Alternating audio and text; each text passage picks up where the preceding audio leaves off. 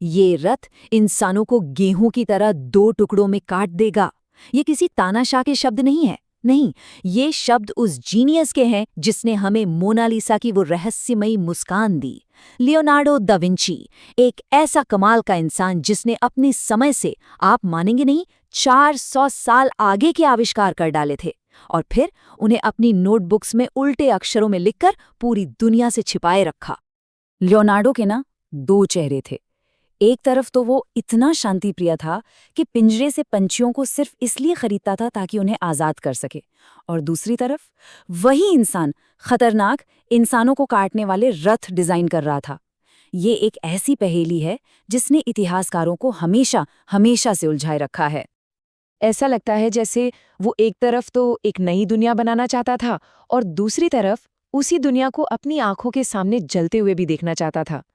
तो सवाल ये उठता है कि लियोनार्डो हीरो था या विलन?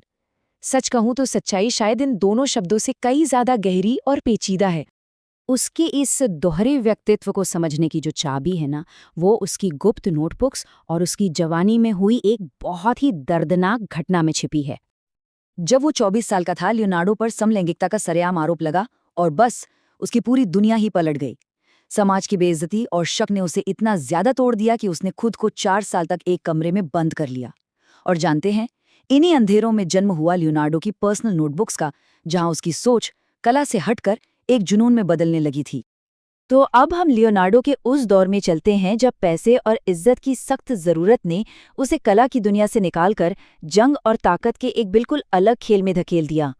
1482 में उसने मिलान के ड्यूक को एक खत लिखा, लेकिन इस खत में, मतलब एक तरह की जॉब एप्लीकेशन में, उसने खुद को एक कलाकार नहीं बताया बल्कि एक वॉर इंजीनियर बताया। उसने लिखा, मैं हथियार बना सकता हूं। उसने अपनी कला का जिक्र सबसे आखिर में किया। सोचिए, ये अर्जी तो तुरंत स्वीकार हो गई और यहीं से लियोनार्डो ने मौत के खिलौने बनाने शुरू कर दिए। उस दौर के उसके कुछ डिजाइन्स पर नजर डालते हैं। ये है माउंटेड साइथ चैरियट। इसमें दोनों तरफ घूमने वाले ब्लेड लगे थे जिन्हें घोड़ों की रफ्तार चलाती थी। लियोनार्डो ने खुद लिखा था कि ये इंसानों को गेहूं की तरह काट देगा। कितना भयानक है। और ये देखिए, 33 बैरल वाली ऑर्गन गन। इसमें 3 घूमने वाली पंक्तियां थीं, हर पंक्ति में 11 बैरल, मतलब एक के बाद एक 33 गोलियां। जिस जमाने में तोपें चलती थीं, उस जमाने में लियोनार्डो ने मशीन गन का कॉन्सेप्ट सोच लिया था।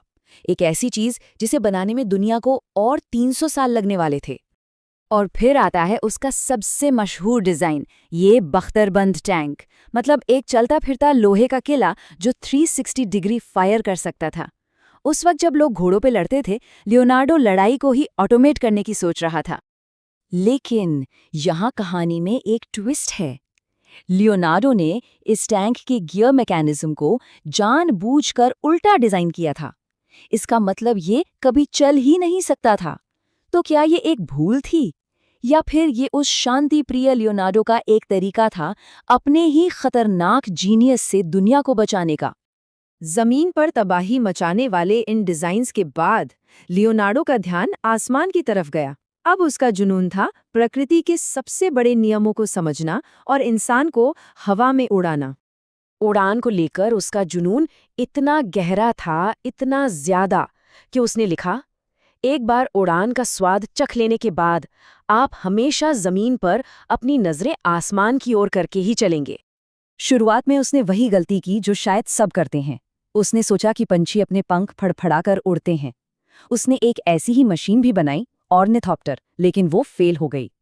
फिर कुछ सालों बाद उसे असली राज पता चला। उसने समझा कि उड़ान पंख फड़फड़ाने से नहीं, बल्कि पंख के घुमावदार आकार की वजह से होती है, जो हवा में दबाव का अंतर पैदा करता है। उसने असल में एरोडायनामिक लिफ्ट का सिद्धांत समझ लिया था, इसके आविष्कार होने से 300 साल पहले। अब उसकी खोज का सबसे साहसी और उस जमाने के हिसाब से सबसे प्रतिबंधित हिस्सा शुरू हुआ। जीवन की असली मशीन यानी इंसानी शरीर को समझने के लिए लाशों का गुप्त विच्छेदन। 16वीं सदी में ना मेडिकल साइंस 1500 साल पीछे चल रहा था। डॉक्टर्स गैलन की थ्योरी मानते थे, जिसके हिसाब से दिल आत्मा के लिए एक भट्टी है और रीढ़ की हड्डी सीधी होती है। लेकिन लियोनार्डो ने जब खुद लाशों को काटा तो उसने सच देखा। उसने खोजा कि दिल एक सटीक मैकेनिकल पंप है, रीढ़ की हड्डी शॉक एब्जॉर्बर की तरह एस शेप में होती है और मांसपेशियां आत्मा से नहीं बल्कि लीवर्स और पुली के एक इंजीनियर्ड सिस्टम से काम करती हैं। उसकी सबसे गहरी खोज दिल के बारे में थी। उसने पाया कि खून दिल में सीधी रेखा में नहीं बल्कि एक स्पाइरल, एक भंवर के पैटर्न में बहता है। इस घुमावदार बहाव से दिल के वाल्व बहुत ही कम तनाव के साथ खुलते और बंद होते हैं। ये इतनी आगे की खोज थी कि आज का मॉडर्न साइंस इसे 500 साल बाद एमआरआई तकनीक से कंफर्म कर पाया। कमाल है। इस सच को देखने के लिए उसने एक शानदार प्रयोग किया। उसने एक बैल का दिल लिया और उसके अंदर पिघला हुआ मोम डाल दिया। जब मोम जम गया तो उसने दिल के टिश्यू को हटा दिया और सामने आया दिल के चेम्बर्स का एक परफेक्ट 3D मॉडल। पहली बार इंसानियत ने दिल की असली बनावट को अपनी आंखों से देखा था। और अब कहानी का आखिरी और सबसे दुखद हिस्सा, कैसे त्रासदी, राजनीति और दुनिया की नासमझी ने उसके इस असाधारण काम को अधूरा छोड़ दिया। 1511 में प्लेग ने उसके रिसर्च पार्टनर की जान ले ली। 1513 में रोम में उस पर काला जादू करने का आरोप लगा और पोप ने उसका मजाक उड़ाया। 1515 में चर्च ने उसके लाशों के विच्छेदन पर हमेशा के लिए बैन लगा दिया। 1517 में एक स्ट्रोक ने उसके दाहिने हाथ को, जिससे वो पेंट करता था, लकवाग्रस्त कर दिया। और फिर 1519 में 67 साल की उम्र में उसकी मृत्यु हो गई। अपने आखिरी पलों में उसे लगा कि उसकी जिंदगी एक पूरी तरह से असफलता थी। उसने लिखा, मैंने भगवान और इंसानियत को निराश किया है क्योंकि मेरा काम उस गुणवत्ता तक नहीं पहुंच पाया जहां उसे पहुंचना चाहिए था। उसकी मौत के बाद उसकी वो क्रांतिकारी नोटबुक्स 259 सालों तक दुनिया से छिपी रहीं। जरा सोचिए, उन 2.5 सदियों में मानवता ने कितना कुछ खो दिया होगा जो वो हमें दे सकता था। तो क्या लियोनार्डो दा विंची दुनिया का सबसे बड़ा फेलियर था, या फिर वो एक ऐसा जीनियस था जो एक ऐसे भविष्य में जिया और मरा जिसे बाकी दुनिया ने अभी तक बनाया ही नहीं था?